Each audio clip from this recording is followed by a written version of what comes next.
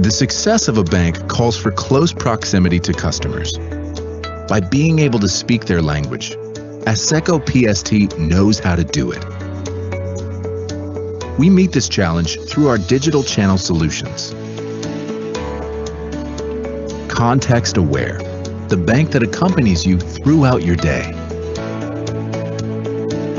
Omnichannel, information anywhere, whatever the channel.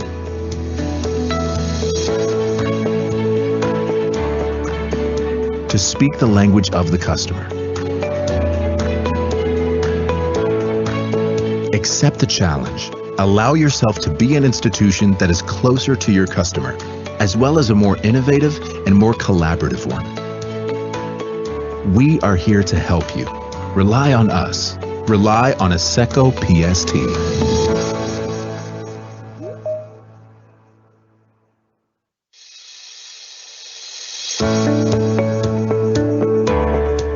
The success of a bank calls for close proximity to customers. By being able to speak their language, Asseco PST knows how to do it. We meet this challenge through our digital channel solutions. Context-aware, the bank that accompanies you throughout your day. Omnichannel, information anywhere, whatever the channel.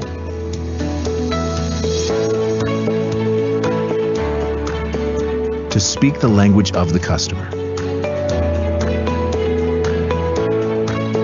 Accept the challenge. Allow yourself to be an institution that is closer to your customer, as well as a more innovative and more collaborative one. We are here to help you. Rely on us. Rely on Asseco PST.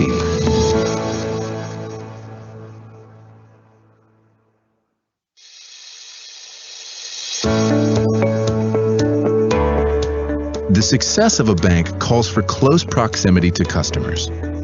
By being able to speak their language, Asseco PST knows how to do it. We meet this challenge through our digital channel solutions. Context-aware, the bank that accompanies you throughout your day.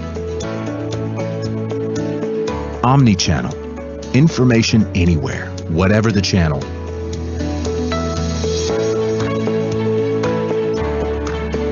To speak the language of the customer. Accept the challenge. Allow yourself to be an institution that is closer to your customer, as well as a more innovative and more collaborative one. We are here to help you. Rely on us. Rely on Asseco PST.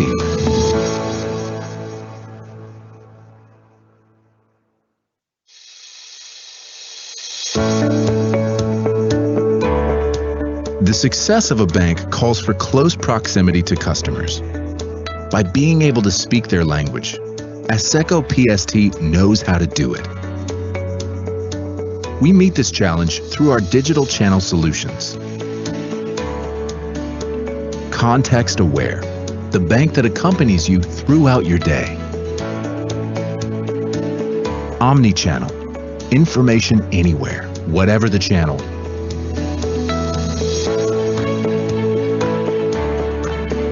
To speak the language of the customer.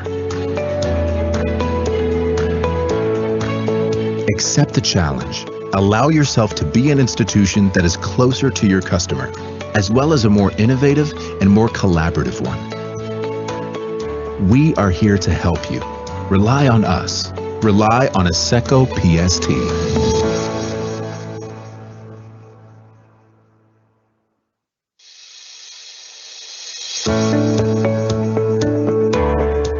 The success of a bank calls for close proximity to customers.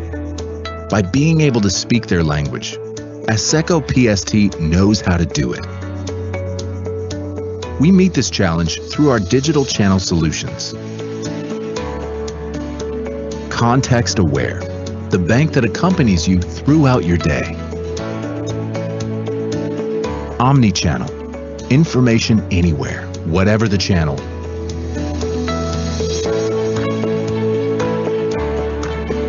To speak the language of the customer.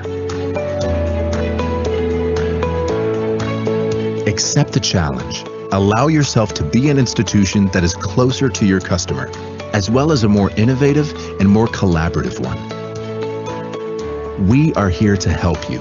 Rely on us. Rely on Asseco PST.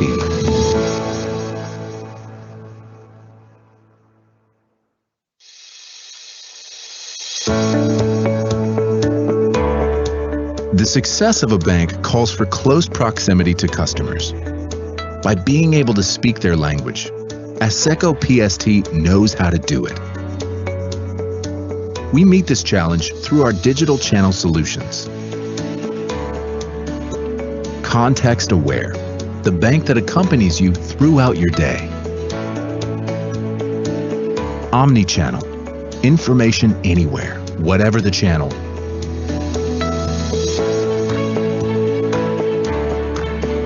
To speak the language of the customer. Accept the challenge.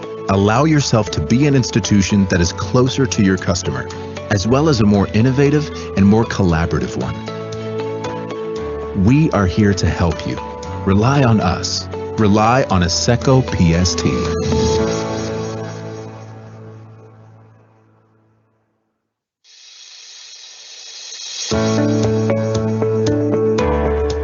The success of a bank calls for close proximity to customers. By being able to speak their language, Asseco PST knows how to do it. We meet this challenge through our digital channel solutions. Context aware, the bank that accompanies you throughout your day. Omnichannel, information anywhere, whatever the channel.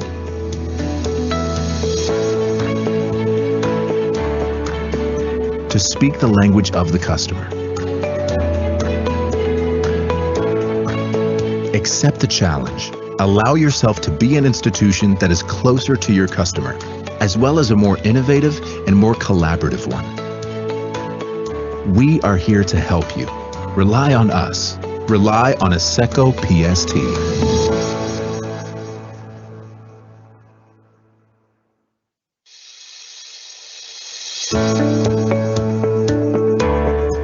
The success of a bank calls for close proximity to customers.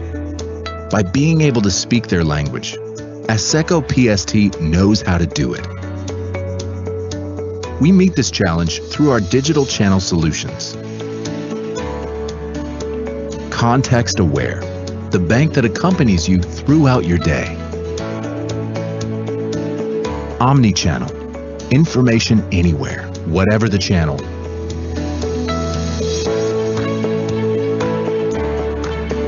To speak the language of the customer. Accept the challenge. Allow yourself to be an institution that is closer to your customer, as well as a more innovative and more collaborative one. We are here to help you. Rely on us. Rely on Asseco PST.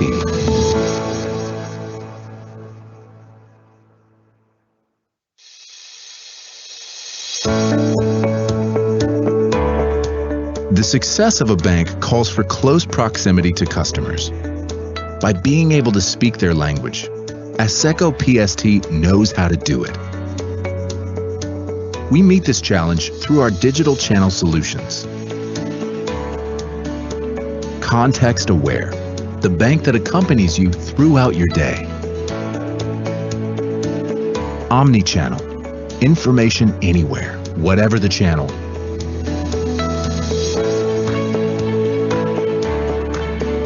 To speak the language of the customer.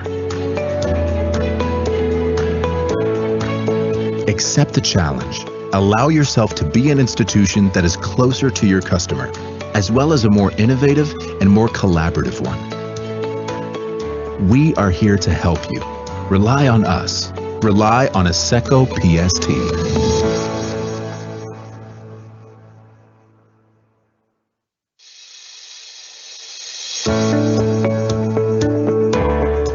The success of a bank calls for close proximity to customers. By being able to speak their language, Asseco PST knows how to do it. We meet this challenge through our digital channel solutions. Context aware, the bank that accompanies you throughout your day. Omnichannel, information anywhere, whatever the channel.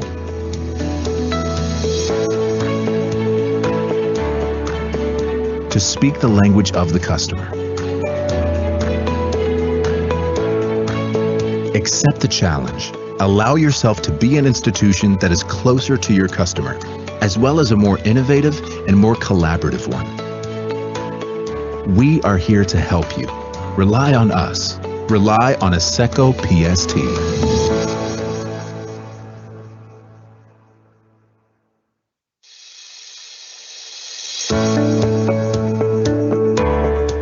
The success of a bank calls for close proximity to customers. By being able to speak their language, Asseco PST knows how to do it. We meet this challenge through our digital channel solutions. Context aware, the bank that accompanies you throughout your day.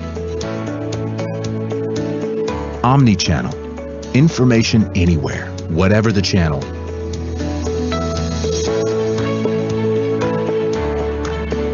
To speak the language of the customer. Accept the challenge. Allow yourself to be an institution that is closer to your customer, as well as a more innovative and more collaborative one. We are here to help you. Rely on us. Rely on Asseco PST.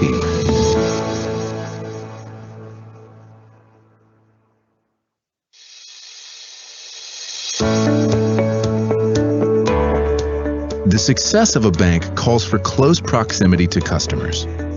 By being able to speak their language, Asseco PST knows how to do it. We meet this challenge through our digital channel solutions. Context aware, the bank that accompanies you throughout your day. Omnichannel, information anywhere, whatever the channel.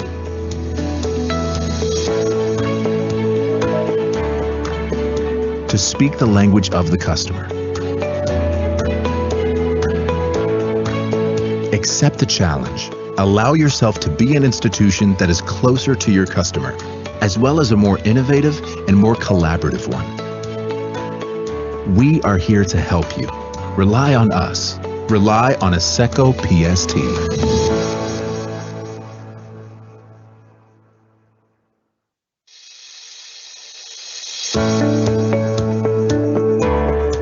The success of a bank calls for close proximity to customers.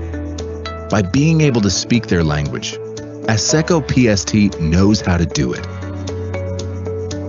We meet this challenge through our digital channel solutions. Context aware, the bank that accompanies you throughout your day. Omnichannel, information anywhere, whatever the channel.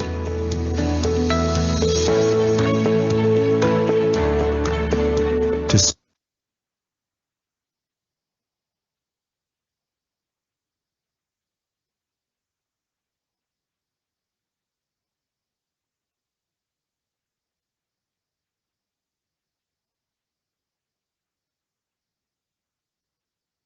Muito bom dia a todos, sejam bem-vindos a mais um webinar da Asseco PST. Na próxima hora e meia vamos falar-vos sobre como pode o digital ser seguro, suportando este desafio em soluções reais.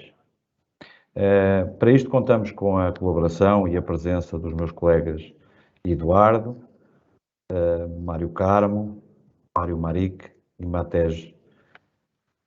E como vem sendo prática, estará sempre disponível ao longo do evento uma área de perguntas e respostas na qual poderão colocar alguma dúvida ou questão que entendam que necessitem de ver respondido. Ao longo da apresentação iremos responder àquelas que forem possíveis. De qualquer forma, guardamos um slot de tempo no final para poder responder às questões que entendam por bem colocarmos. Desejo-vos um bom evento, um excelente webinar, que as apresentações e a informação a partilhar seja do vosso interesse e agrado, e voltarei a estar convosco mais no final. Passo então a palavra aos meus colegas Eduardo e Mário para darmos seguimento a isto. Um bom evento a todos.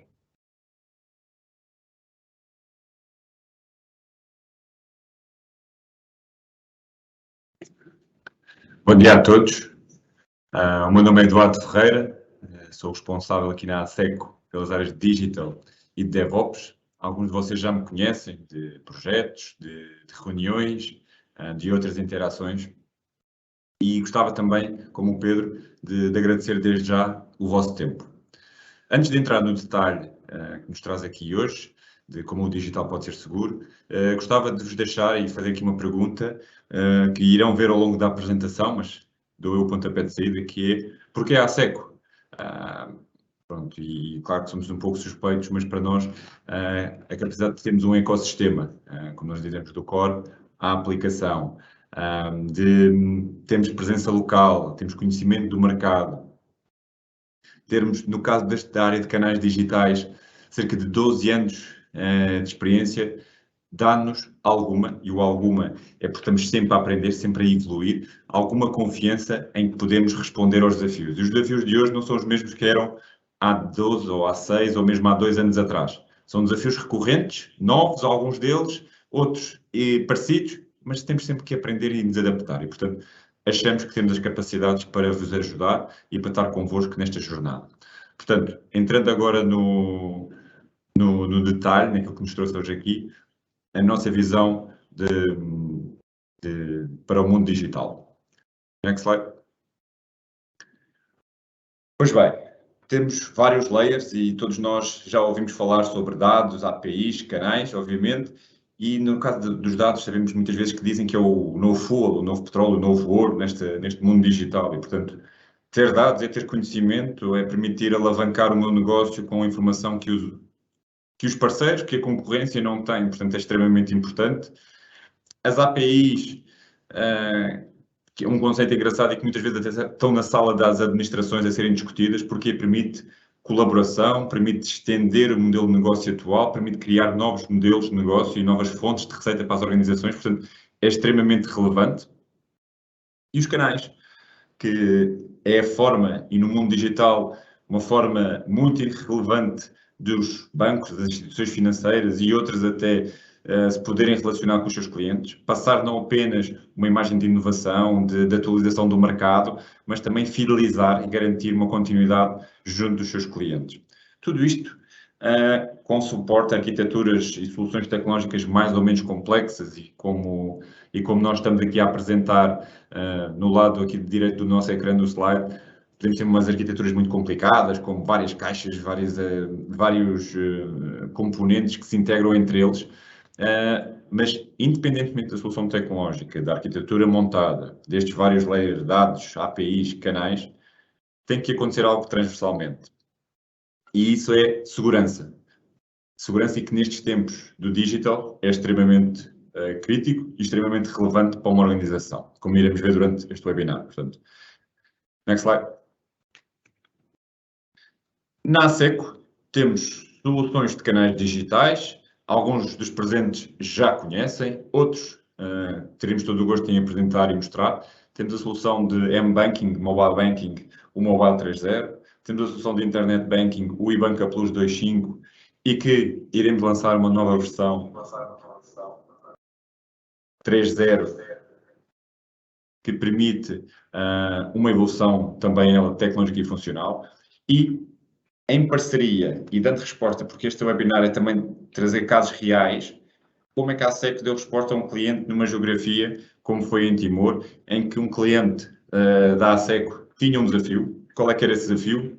Tinha aqueles dispositivos, os AR tokens, para autorizar as operações dos seus clientes. Os clientes, quando acediam ao Internet Banking, tinham que utilizar um dispositivo físico para autorizar uma operação. O dispositivo físico tem o desafio que, ao ser perdido, ao não estar connosco, não permite autorizar a operação. E isso era um dos desafios que o banco nos disse, que tenho os clientes a perderem os hardwares, tenho os clientes com problemas, às vezes o hardware não funciona, como é que a gente pode resolver? Então, a Asseco, no seu grupo, nas várias geografias ao que opera, tem uma solução para essa situação. O SXS, que mais à frente iremos dar mais detalhe, integrado com as soluções de canais digitais, permite a um cliente do banco autorizar a sua operação bancária através de um soft token, ou seja, uma aplicação no seu telemóvel que, por software, permite autorizar as operações. E é com estes desafios que muitas vezes são os nossos clientes, são vocês que nos trazem, que juntos arranjamos forma de o solucionar.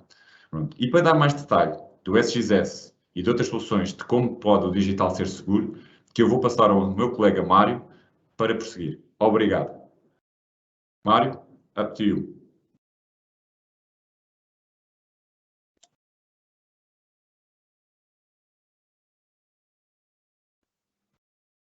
Hello. Thank you, Eduardo, for the introduction. Give us just one more second. It's a bit complicated to do a webinar from 5 different locations. I hope you can hear us well.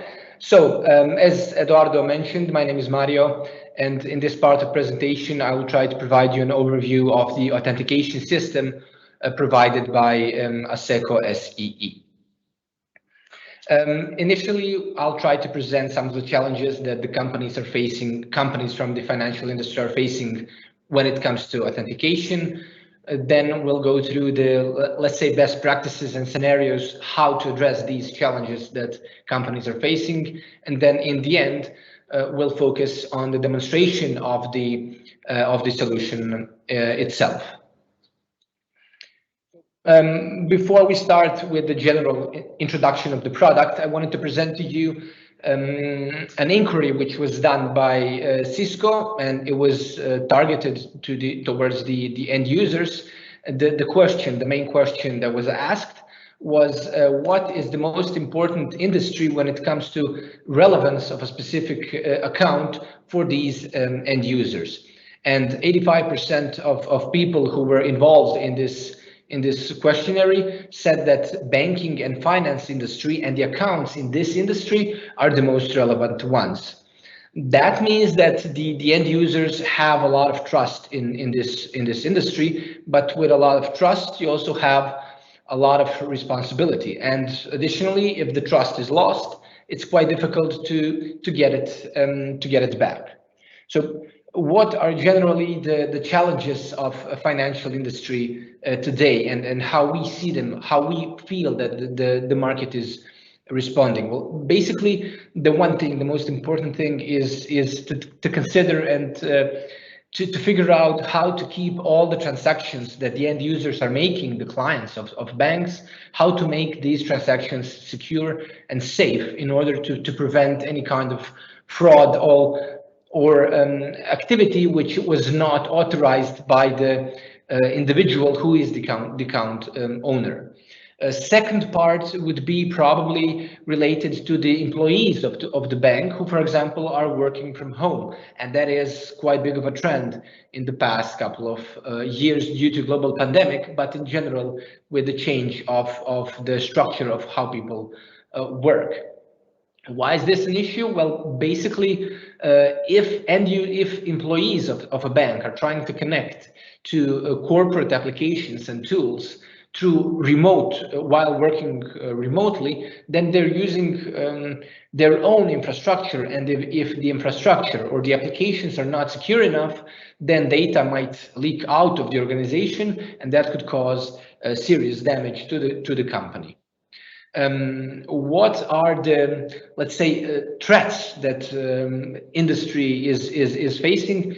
Mainly the threat is based on cyber attacks through phishing, man in the middle, man in the browser. So basically you have hackers, cyber criminals who do some sort of re-impersonation of someone. So they're using social engineering in order to present themselves as someone who they're actually not, in order to get some specific data or to do some actions which they're not supposed to be able to do.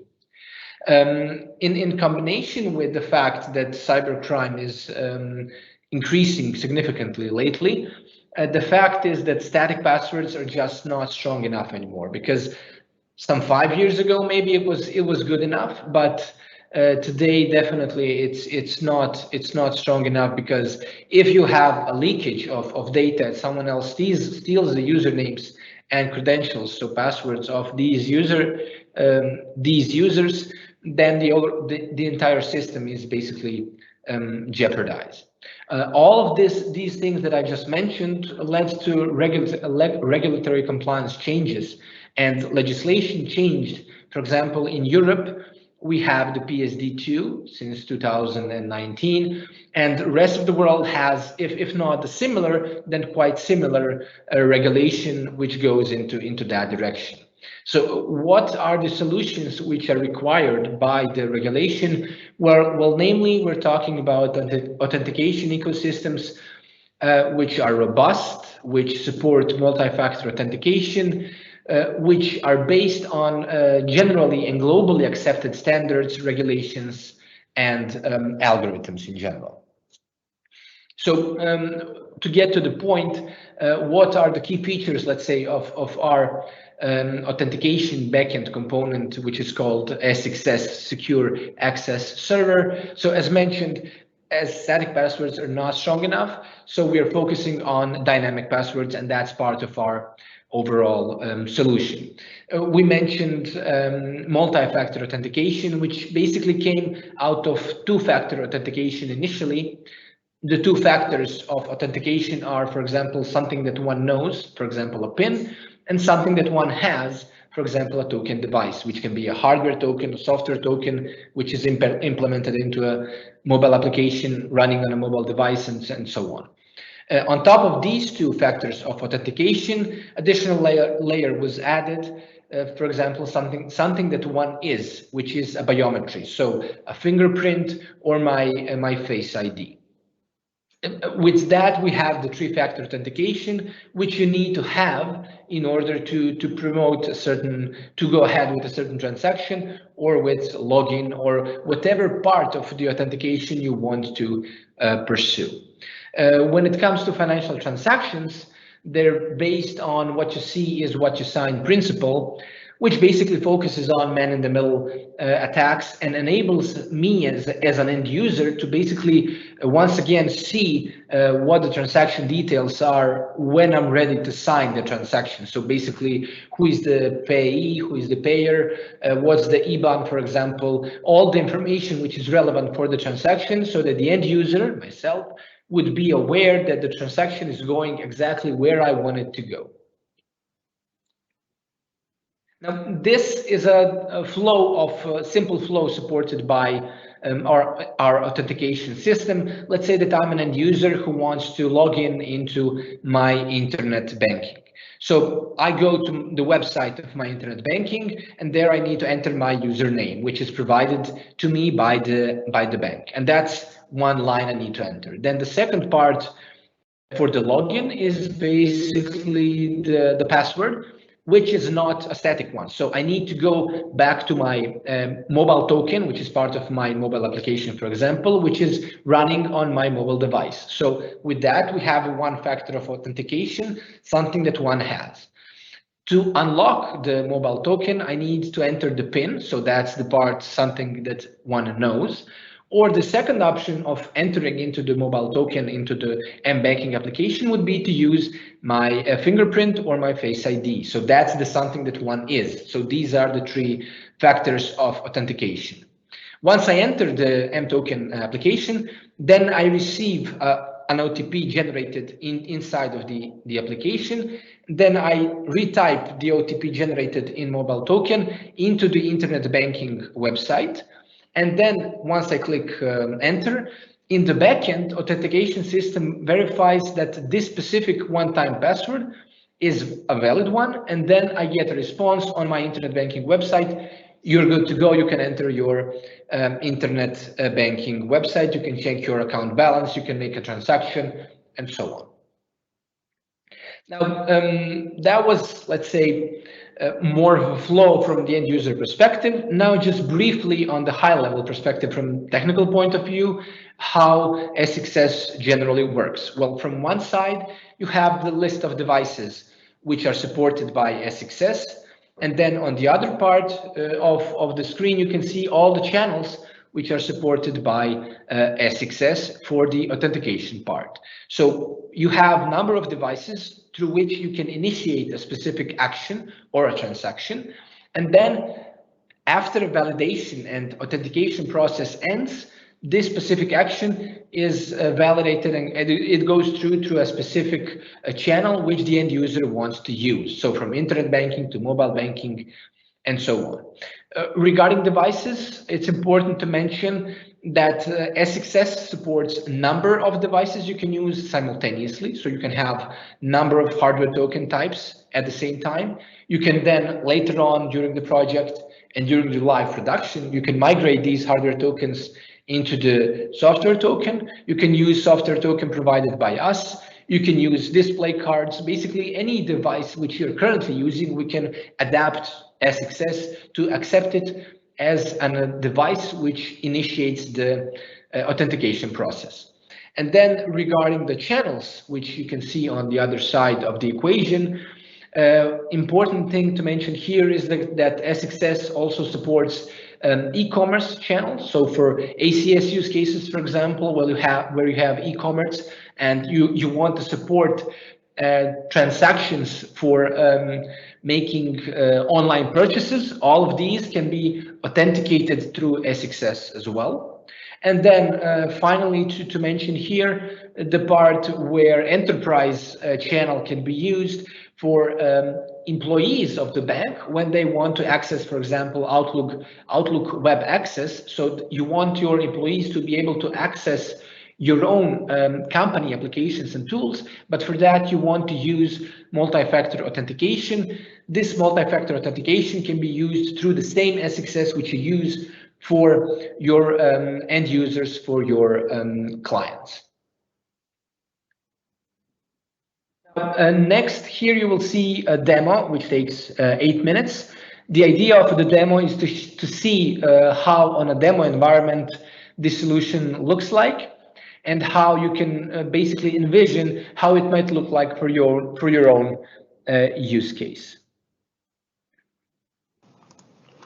This video is to demonstrate functionalities of Asseco authentication products, Asseco mToken, and SXS in the background doing validations of transactions. So after successful onboarding, end user can now start using a mobile banking application.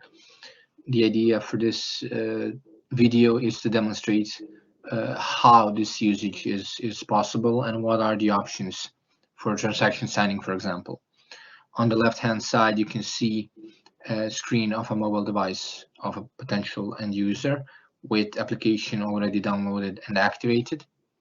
And on the right-hand side, you can see a website which can be considered as internet banking site. So obviously the next step after onboarding process would be to log into internet banking. Logins can be made with QR code, with one-time password login, or with push notification. For the sake of this presentation, we are going to choose QR code login.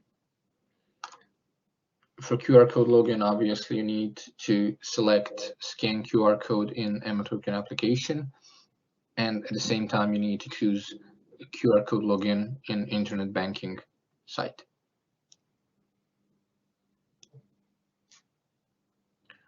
Login is now successful, and now we can switch to transaction validation. Here you can see the date information about payer and payee, so to enable the full transaction validation process. We can select a specific transaction. We can add an additional transaction, and then we can confirm it on these methods: Mac MDS challenge response push message. Once I click push, notification is here.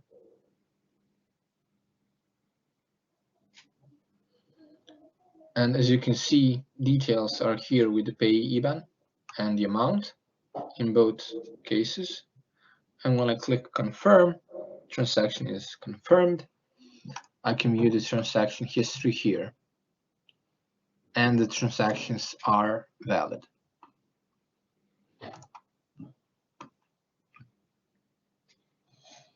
I can make an additional transaction.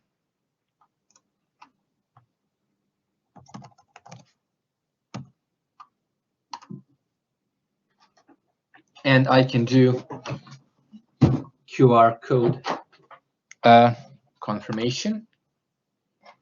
Again, I need to scan the QR code from the application.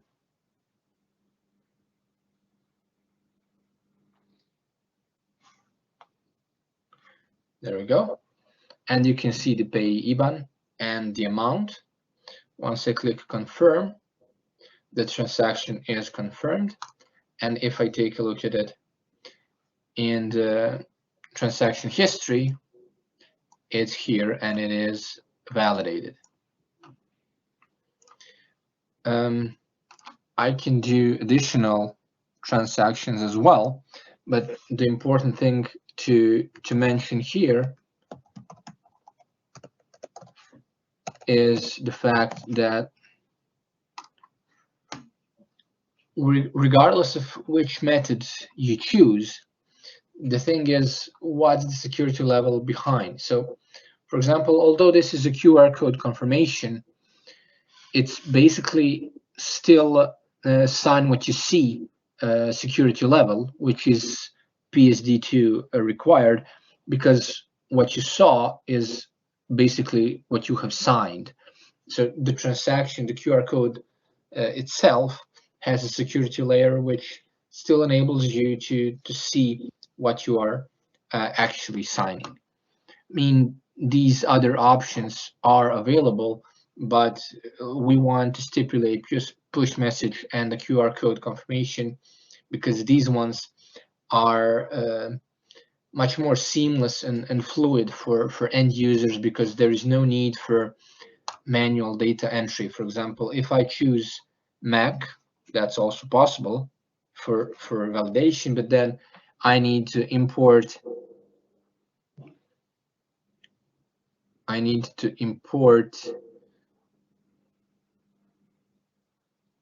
all the data required, and then again I get a response which I need to enter,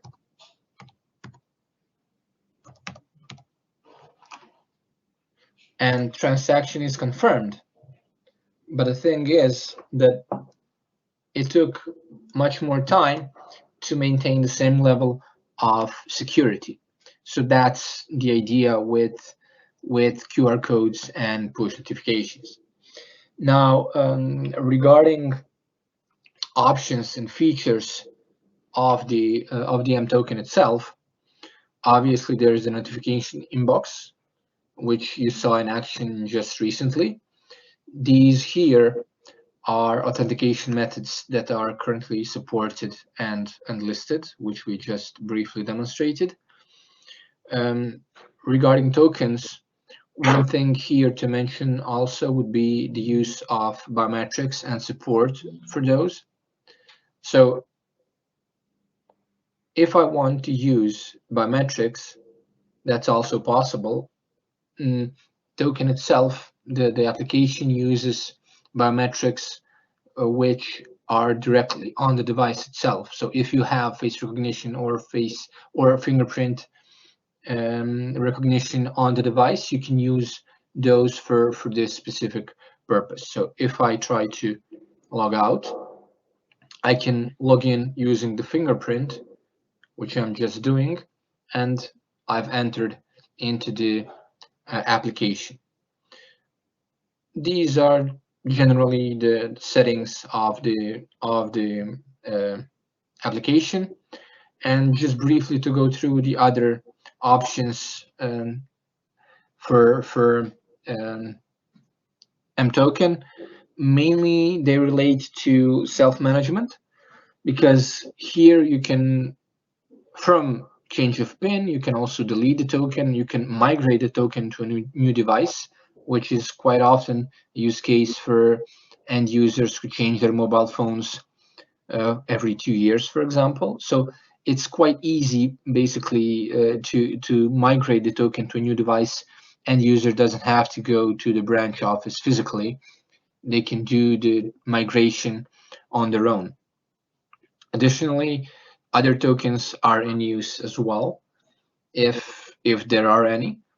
And finally, a token can be enrolled to a new device as well. So these are all really nice features which enable end user to do self-management of a mobile token on their own without the need of going to the bank physically. This video is to demonstrate. Okay, so now you've seen the demonstration of the backend component. Now I would like to present to you the part of the authentication ecosystem which relates to mobile application security, which is called App Protector. Once again, we'll just briefly go through the challenges that currently exist in mobile app security. Then we'll briefly present the solution, and once again we have a demonstration of how this solution looks like in the real life environment. So why has mobile application security become an imperative? Well, basically you have a lot of applications which are being used at the moment, and the number of applications is growing rapidly. So in 2008, when first iPhone was released, 500 applications was initially available on Apple Store. Today, in 2021, there is over 6.5 million applications which can be downloaded from Apple Store and Google Play. So a lot of applications. Also, you have a lot of end users who have access to mobile devices, and they can download these applications. And all of this is, of course, led by a digitalization process, which is even increased with the global pandemic, with a lot of end users who use mobile applications for a number of activities. So from making a purchase in an online transaction to paying the bills to ordering taxis and so on, whatever you're doing, you have a lot of data in your applications.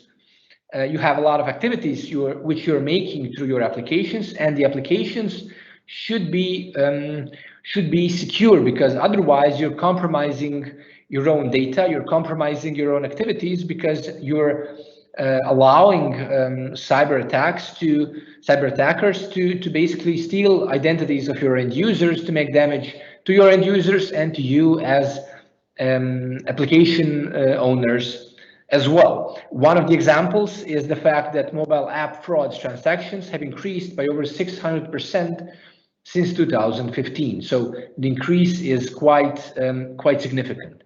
And the usage of mobile applications will not stop. Quite the contrary. So in 2014, there was this research which showed that an average person spent 2.5 hours on their mobile phones, mostly on their mobile applications. In 2021, the average time spent increased to 4 hours, almost full 4 hours. So in 7 years, 1.5 hours more in average that we're spending time on our mobile devices. And that's why application security, mobile application security is an imperative these days for sure. We obviously saw that as well, and we developed a product called App Protector. Now, this product is basically a security feature that detects a number of attacks on mobile devices, and on these attacks, it has a specific response for every specific attack type. The idea is basically to protect the application from the inside without affecting the design or the performance of the application, and without any human intervention after this component is implemented into the application. So if we go a bit more into details on the high level when it comes to components of this product, you have the main component, which is basically an SDK, so a programming code which is implemented into virtually any application for iOS or for Android. That's the one component. The main component, which basically does the protection of the application in the runtime of the application itself. The second part of the solution is the portal. And the last part is the backend component, which basically can collect the data which is being gathered on the SDK level of the solution.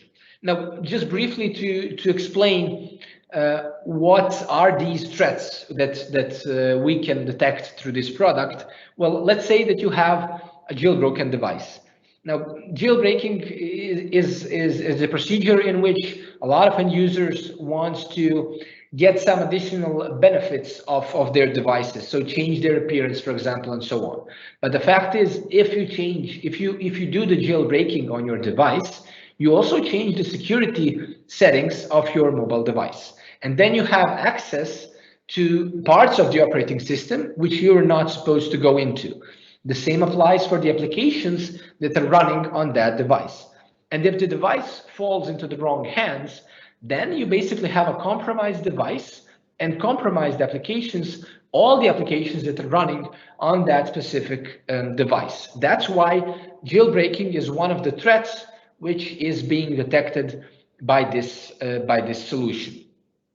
Now, just to explain what the, let's say, application layer and the backend components of these solutions are, well, App Protector can run on two types of implementation, let's say. The first one is the offline type of implementation, in which you get all the levels of protection you need for your application, but the configuration of App Protector is predefined and it stands inside of the application. So you cannot change it unless you actually change the SDK, you change the application, you update the application, then you publish the application on the store, and then the end user needs to download the update for changes to take effect. On the other hand, you have the portal, which enables you, for the online type of implementation, the portal enables you to make the changes of the configuration on the fly through portal with click of a mouse, and all the changes are done immediately. Now, why would anyone want to change the configuration? Well, the fact is, for example, you do not initially, you want your application not to be able to open at all on any jailbroken device. And you implement that into the SDK part as a configuration, and that's there, stands in the application. So whenever I, as an end user, want to open an application with this protection running inside, if I'm using a jailbroken device, I won't be able to open the application at all. But then you potentially realize that this is too, let's say, too hard of a reply for this kind of a threat. You just want your end user to receive a notification on the screen of the application saying this device is jailbroken. Please consider security of your device. Then you need to change the configuration of the App Protector of the SDK part, and you need to do it in two ways. So if it's in an offline mode, you need to change it by changing the application itself and updating it, or you can change it in an online mode using the portal. So just briefly to go through the benefits of an offline type of implementation of App Protector. So as mentioned, you have all the protection that you can get from the solution itself. So the application is being protected. Also, user experience remains the same for the end user. The security which is being improved is done, let's say, in the background of the application itself. And as an additional benefit, obviously get compliance with the regulation, depending on how strict the regulation in your respective country is. Then we have the benefits of an online type of implementation, where through the configuration options which are done in the portal, you get the configurations made on the fly and effective immediately without any additional intervention from any of the vendors who you use for your mobile application. So you don't need to contact Asseco, you don't need to contact someone else who is potentially building an application for you, and so on. So the overall process is much faster, much cheaper, I would dare to say as well. And it's easier for you to do any adjustments that as you or your security departments see fit. Obviously, with the use of portal, you also get the chance of reporting and visualization. You'll be able to see that in the demo in the next slide, which I will shortly start. And last but not least, the online type of implementation implies that you can also use the information which is being gathered in the backend component of this solution as an additional source of information for anti-fraud systems. So the idea is basically to enrich your anti-fraud systems, if you want them, with an additional layer of information, so that a more informed decision from the anti-fraud system could be made based on inputs coming from additional source of truth regarding these types of attacks. Now you will again see a demo video of our portal combined with how it reflects onto the mobile application and all the threats which are being detected and processed by this solution. The purpose of this presentation is to show how RAS portal works on demo environment. First of all, I want to explain you what you can see on the dashboard. In the left top corner, you can see the total number of attacks and users for some tenant. This diagram shows us the total number of attacks to specific operating system. Here are 5 apps on which RAS detects most tamperings. This diagram represents ratio of attack users to the total number of users. Other graphs I will explain later in this presentation.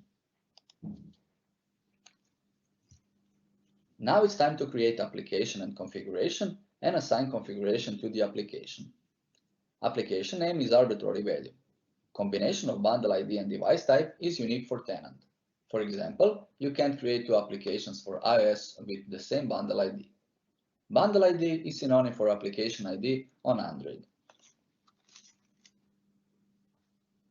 Configuration name is also arbitrary value, but this value is restricted to 20 characters. Configuration can be assigned to specific user or to whole group of users. Okay, here we can see 5 different types of attacks. Jailbreak is the same as root on Android. Debugging, emulator, and hook are types of attacks that RAS can detect on both platforms. Screen recording is specific for iOS. Also, RAS has 3 different types of reactions: generate false value, notify end user, and terminate application. One attack must be related only to one reaction. We decided we want to notify end user for all attacks.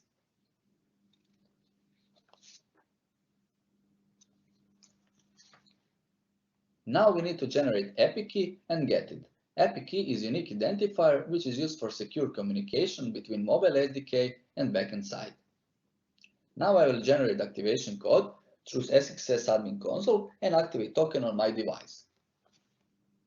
This is our demo token redesign application, and I will use this app to simulate behavior of RAS in real environment.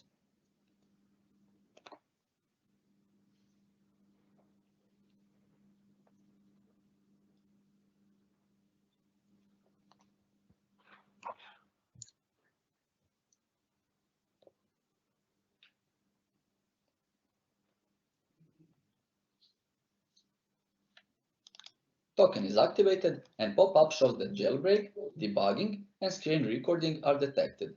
The question is, did RASP successfully detect tamperings? And the answer is yes. My device is jailbroken, application was started through debugger, and screen has been recorded with QuickTime Player. Now I will start application without debugger, and we expect that RASP will detect different tamperings.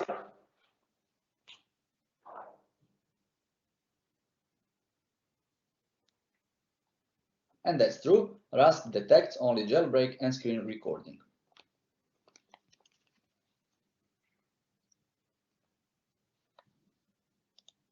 On the dashboard, we can see our application and total number of attacks. Also on this graph, we can see the time at which the attacks occurred. Okay, so I hope this part of presentation so far was interesting for you. And now I will leave it to Mario Carmo to start with the next part of the webinar. Thank you. Bom dia, o meu nome é Mário Carmo, sou responsável da área de Governance, Risk e Compliance e gostaria de agradecer a todos os participantes a sua presença aqui neste webinar. O Departamento de Governance, Risk e Compliance da Asseco PST tem desde 2010 evoluído no sentido de acompanhar a legislação nas diversas geografias onde a Asseco está presente e temos trabalhado ao nível do compliance na resposta às cada vez mais exigentes imposições legais e regulamentares, assim como tem trabalhado ao nível do governance com as administrações dos bancos, algumas das quais aqui presentes neste webinar, e na gestão dos diversos riscos que desafiam diariamente a operativa dos sistemas financeiros. Nos últimos 5 anos, para os temas relacionados com o compliance, temos investido na solução e aqui na evolução de uma suite Eagle, que vemos aqui representada neste slide, que estão agora a ver, e temos investido fortemente nas competências técnicas dos colaboradores da Asseco. Temos formado consultores especializados e certificados em diversos domínios, tais como o Tax Governance, onde abrangemos o FATCA e o CRS, assim como outros regimes no combate à evasão fiscal. Investimos também numa outra solução, o Eagle AML, e nestes últimos anos temos investido aqui fortemente também na prevenção e detecção de fraude e nas suas 4 vertentes. A fraude interna, os canais digitais, transações de balcão, como as transferências, depósitos, levantamentos e outras ordens, e transações de cartão, ou seja, cartões de crédito, POS, ATMs.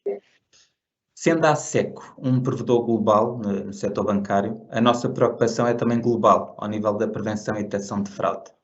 Sendo por isso que a solução que hoje vamos apresentar, aqui de seguida, chamada inAct, é uma solução omnichannel, cobrindo aqui 360 graus da operativa de um banco, e não deixamos de fora nenhum canal que possa ser alvo de fraude. Eu vou assim passar a palavra ao meu colega Matej Budimir. Obrigado.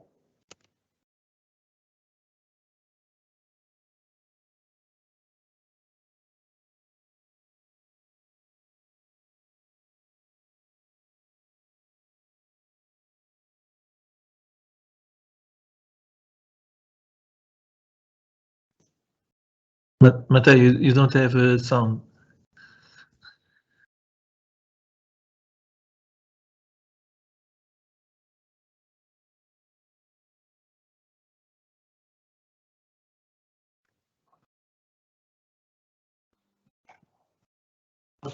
Sorry for this, you can hear me now? It's okay.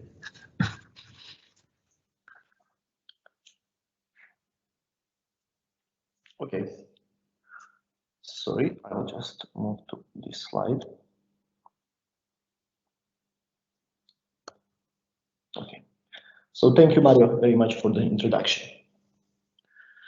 With this part, we will cover omni-channel fraud monitoring and prevention system, and as a subtopics, we will cover fraud as a loss generator in the banking environment, explain how to protect organization in all channels, and also give you insight how Asseco as organization can help in fraud monitoring and prevention.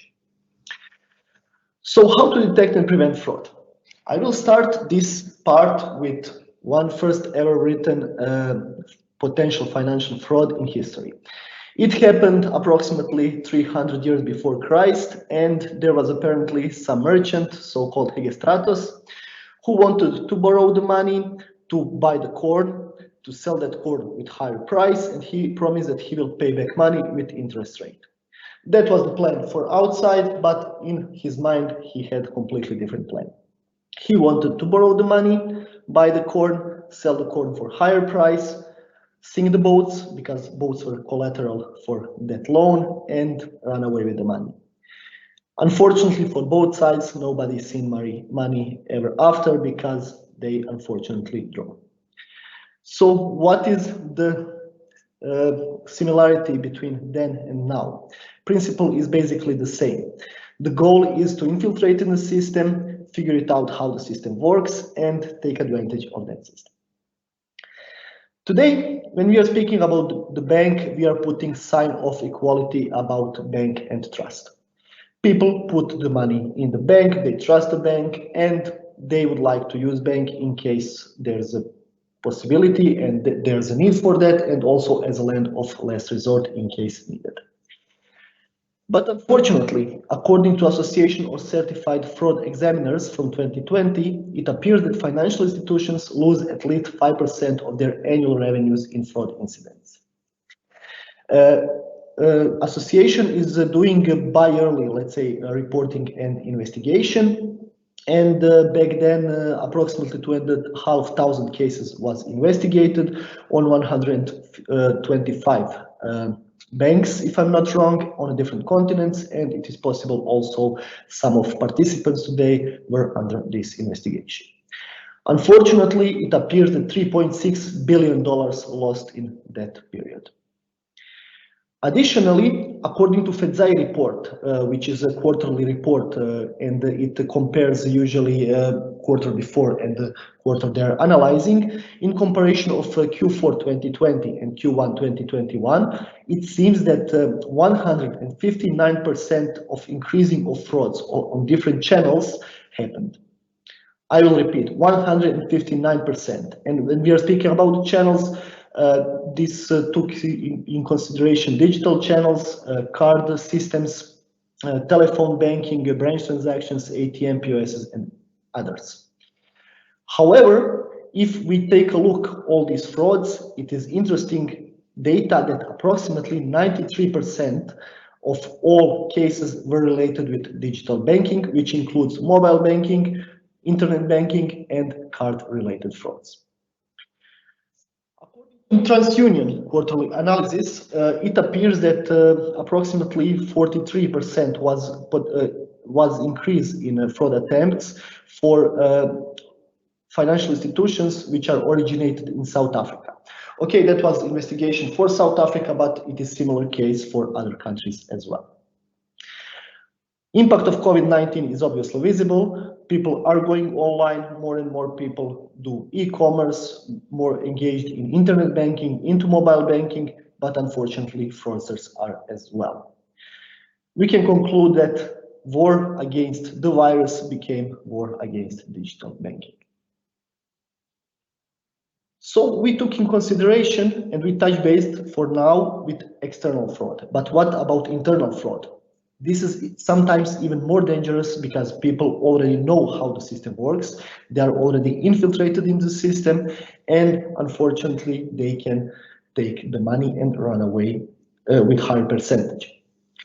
According to some studies, even time needed external fraud to be investigated and discovered is approximately 14 months, while median duration of the frauds in internal parts is sometimes approximately 18 months and sometimes even more than 2 years.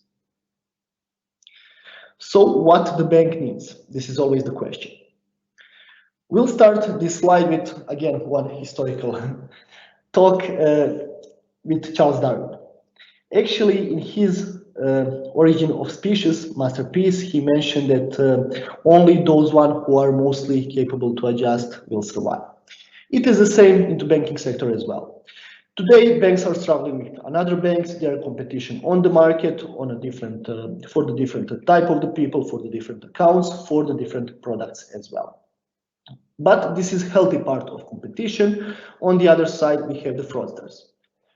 When it comes to these channels, today, banks to differentiate the portfolio are investing mostly into e-banking and m-banking, but in the same time, phone banking, credit cards, debit cards, POSs, ATMs, brands as a channel cannot be forgotten.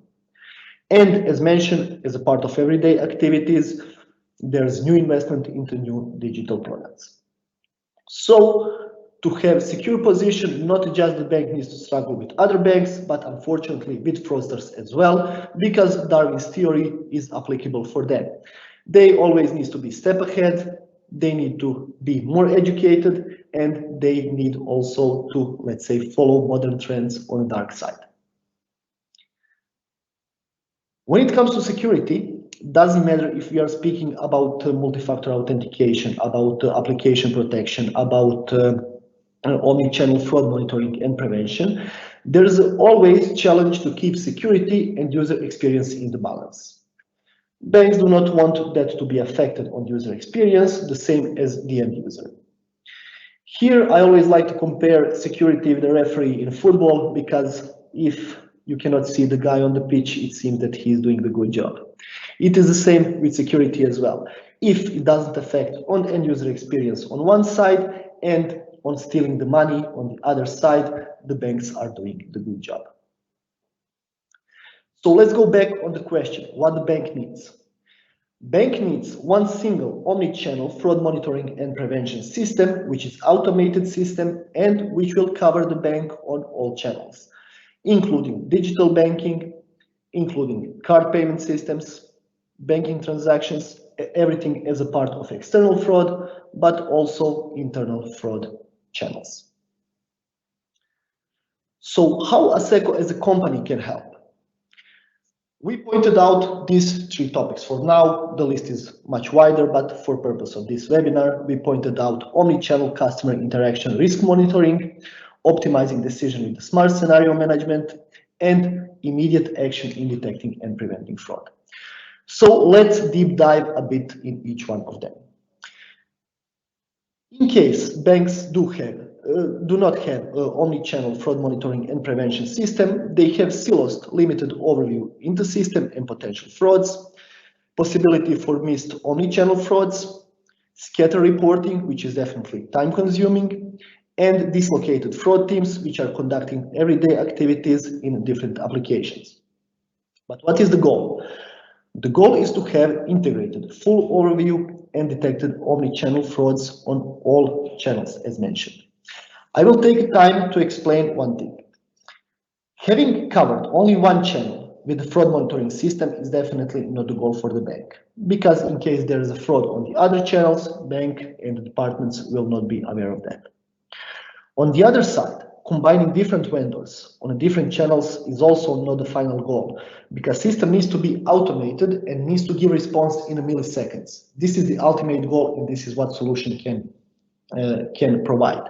And according to our use cases, according to our experience, really milliseconds are important, and we have use cases in our implementations which show that.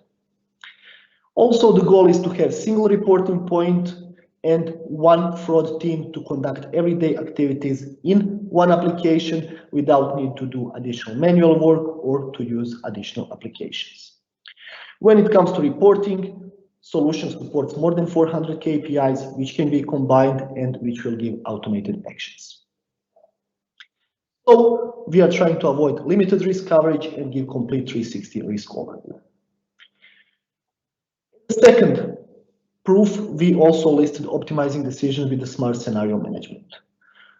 So when we give solution to the bank or any other financial institution, we want bank to be owner of that solution, meaning that we want all the people in the bank, according to user access rights and the roles, to have possibility to approach to different channels, to create the scenarios, to define them, and to use the existing scenarios for the new one, and so on. So with our scenario management, which we consider as one of the main advantages, we give possibility people in the bank to change the thresholds, to change the decision codes, to test the scenarios before putting them into production, to activate, deactivate scenarios, to upload the new scenarios, and as mentioned, to use the scenarios, previously defined scenarios, for the future needs.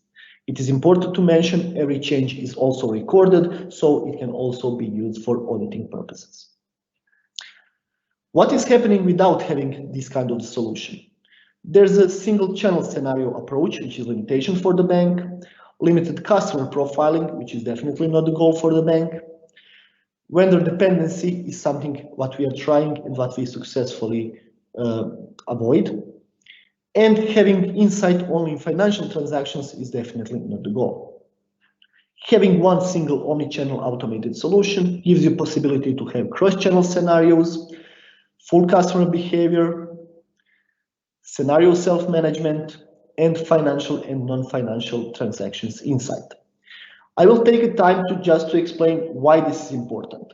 If the bank has covered complete environment with one fraud monitoring and prevention vendor, they will have also automated actions, but these actions will not just be the actions to do everyday activities and just to push potential frauds into the web application.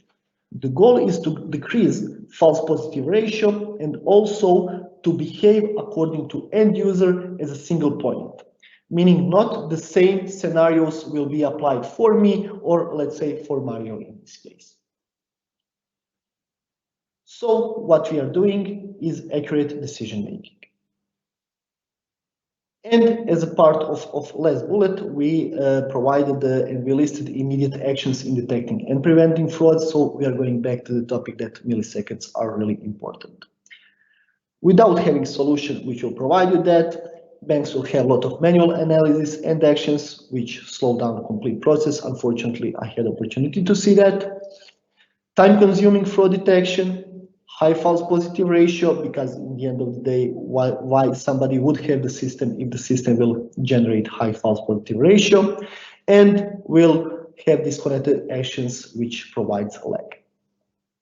On the other side, having one automated omni-channel fraud monitoring and prevention solution will provide real-time and near real-time responses with really fast execution times, will give insight and actions in immediate fraud detection, will minimize false positive ratio, and give automated workflows, which definitely affects on resolving everyday activities in a fraud analysis department. Again, milliseconds are important, and what we provide is fast automated reactions. So why Asseco? With proven experience and the solution which monitors more than 30 million transactions on daily basis, we definitely are ready to adjust according to different needs of the clients, to different sizes, to different geolocation. And together with our colleagues from Portugal, we provide a one-stop shop for omni-channel fraud monitoring and provide local presence, local speaking team during the process of implementation and after the implementation. So I will conclude this theoretical part with one African proverb which says, "Food gained by fraud tastes sweet to a man, but he ends up with gravel in his mouth." I took a liberty to rephrase it a bit in the way, "Money gained by the fraud tastes sweet to a man, but with inAct he ends up with gravel in his mouth." So not everything to be only part of the slide there, we also decided to input a short presentation, short demo of our web application for you to see how application looks like, and definitely we are ready to do a detailed demo for each one of you during the time. So we'll start demo now. The ultimate goal for the bank is not just to have single omni-channel fraud monitoring and prevention system in the back end of the solution. The goal is to have single web application which will give comprehensive insight into the system without need to use additional applications, to combine them, to use additional Excel sheets, or to use manual work. On the left-hand side, you can see different features and the module system supports, and on the right-hand side, windows related to these features. In the home screen, people, according to their user access rights, according to their skills, will be able to see comprehensive high-level picture for different parameters such as user average analysis time, average non-inspecting time for online users, announcements, different trends, and so on. This window is completely adjustable. Analysis of suspicious lists, specifically alert analysis, is the place where fraud analysts spend the most time. This is the place where they will receive automatically cases for investigation, close them, open the new cases, relate the cases, put additional files for different cases, and so on. We'll point out once again, systems completely support skill-based routing according to different skills of the fraud analysts, and there's no need manually to open the new cases or to overwhelm everyday activities with this. In the user management and authorization section, this is the place where people, again, according to different user access rights, will define user access rights for different departments. This is the place where people will define, let's say, that fraud analysts who are highly capable in a card management system investigation will be able automatically to receive these kind of the cases and to perform different activities related with this. Scenario is the part where people in the bank will define the new scenarios, define the statistics, define the scorecards, do dynamic assignment settings, and the fraud list definition. We'll use this opportunity to show you how actually it looks like. As mentioned during the presentation, do not be afraid for so much data. This is because I have supervisor rights and this is demo environment. But in scenario part, this is the place where people, fraud analysts and the supervisor will be able to open the new scenarios, to create the new scenarios, to suspend the old scenario, to test the scenario before putting them into production, to activate, deactivate it, and everything will be recorded. Scenarios are triggered by statistics. I will open some of the statistics for you to see how it looks like. So this statistic is related with customer geolocation profile. This is the statistic and the scenario related to it. This is the version 1, and it is important to remember that all versions are recorded and can be used later for different purposes such as audit. Since this is only short demo, we can deep dive during the latest sessions with each one of you separately. I will finish this part with reporting section. As mentioned during the presentation, reporting can be done on your own, so completely adjusted according to client needs, and also system comes with some predefined reports. In the user report section, in the SQL wizard, the same as the scenarios, reports can be created. For specific time periods, for specific users, for specific geolocation, for specific amounts, countries. So once again, solution supports more than 400 KPIs, and all of these KPIs can be combined. This is short insight into our solution. Once again, we can deep dive and go section per section with each one of you, but this is just for you to have a feeling that we do not just do slideware, that solution really exists. Thank you very much. That was a part of a fraud monitoring and prevention system. Now I will give a word to Pedro.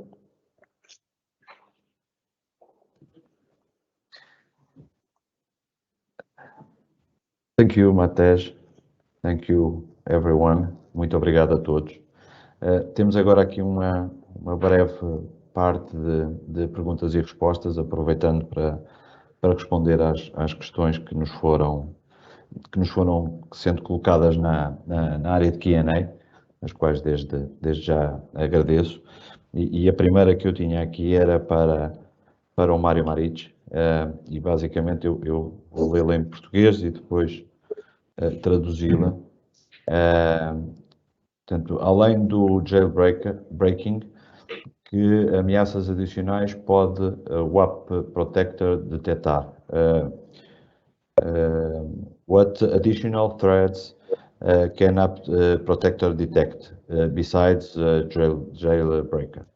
Yeah, okay. So thank you for the question. So jailbreaking is type of attack which relates to iOS. The Android version of the same attack is called rooting. So both of these are covered as well. We also have hooking. There is screen recording. We have debugger and emulator detection. So these are the threats which are currently being detected. One thing to mention additionally here, due to the fact that we're talking about a solution which is constantly being attacked, let's say, by the hackers, obviously new types of threats will appear. So we will adapt in periodical time. So in quarterly, let's say, releases, we plan to cover and expand to additional types of threats and detections as well. Thank you, Maric. I have another one for you, I think. I will read it in Portuguese now. Existirão métodos de autenticação adicional futuramente, numa perspectiva de back-end e soft token. Are there any additional authentication methods that will become available in the future from back-end or soft token perspective? Okay, well, let's say the latest and the easiest for users to do authentication are the push notification and QR code. We are working on a proof of concept which would involve behavior biometrics as well. The idea is basically to have an authentication which will be based on how the end user is holding his phone, under which angle, so information from gyroscope of the device, and to get, let's say, a fourth level of authentication, how someone is, so how they behave, and based on that, we could try to make an even more seamless type of authentication, although this is a quite demanding technology, and I cannot say, is this going to be available in 6 months' time or 12 months' time, due to the complexity of the solution, and due to the fact that on the regulation side, it's still not clear how this kind of technology could be used and considered. Thank you. Now I'll go to Matei.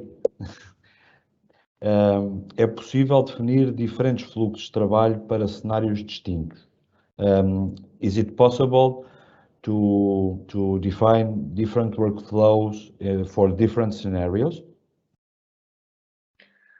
Yes, basically, I will go back to this story that we really want a bank to be owner of the solution. So one of the features what we give is also possibility bank to create the workflows according to needs and according to different type of the end users. So yes, under the scenario, under the workflow session, there is a possibility. And maybe just to give a quick example, let's say that I'm VIP person of the bank, but suddenly I visited geolocation I had never visited before.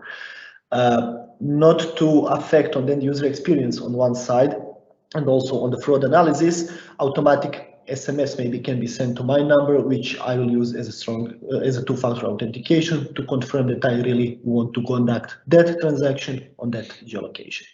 Or if not SMS, any other channel, so workflow can be defined under the scenario management part. Thank you very much. Another one for you. De acordo com a nossa experiência, podem, por favor, partilhar alguns tempos médios de execução para módulos em tempo real e quase real. According to our experience, can we share some average execution times for real-time and near real-time modules? Yes, actually. So we'll use the opportunity to introduce maybe one case from Turkey. There was one bank who, just to give you a short feedback about the bank. So we are talking about one of the biggest banks there. Approximately, bank has 1,000 branches, if I'm not wrong, 20,000 employees, and approximately 2 million digital customers. And the channels which are implemented there are related with the complete external and internal fraud, so including digital banking, mobile internet, including cards, including also the merchant part, POS, ATMs. And we did analysis together with the bank. Bank has approximately 100 plus near real-time scenarios, and approximately 10 real-time scenarios, and according to measurements, near real-time scenarios execution time was 918 milliseconds, and for real-time was 18 milliseconds.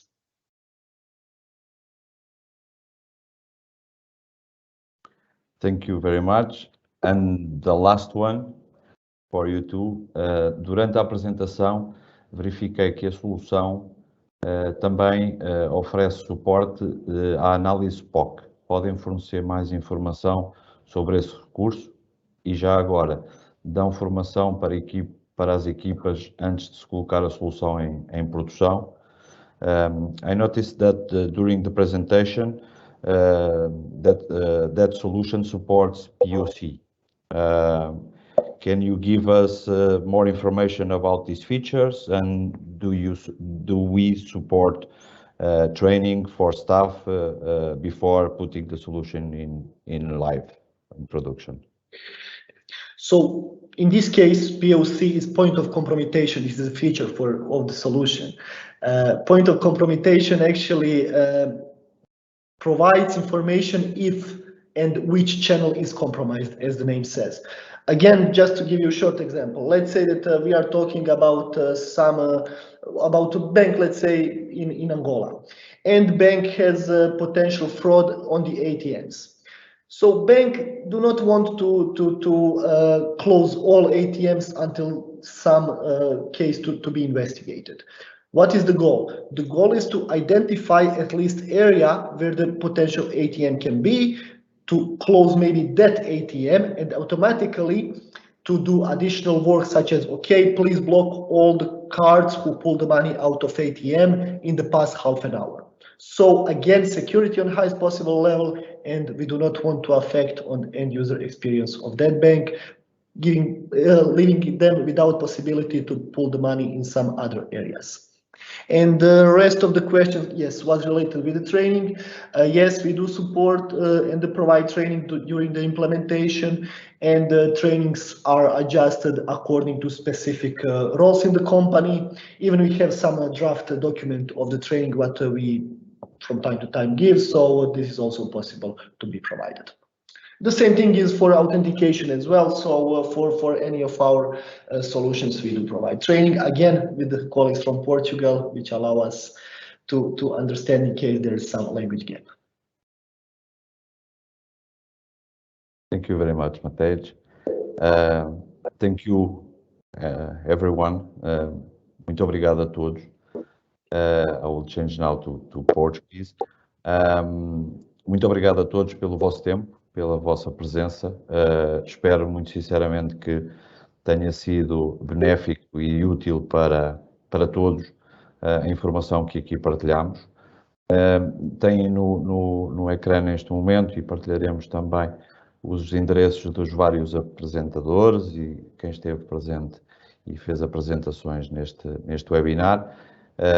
Estão à vontade para alguma questão que eventualmente não tenham colocado e que se lembrem a posteriori, poder remetê-la para quem, para que possa ser respondida.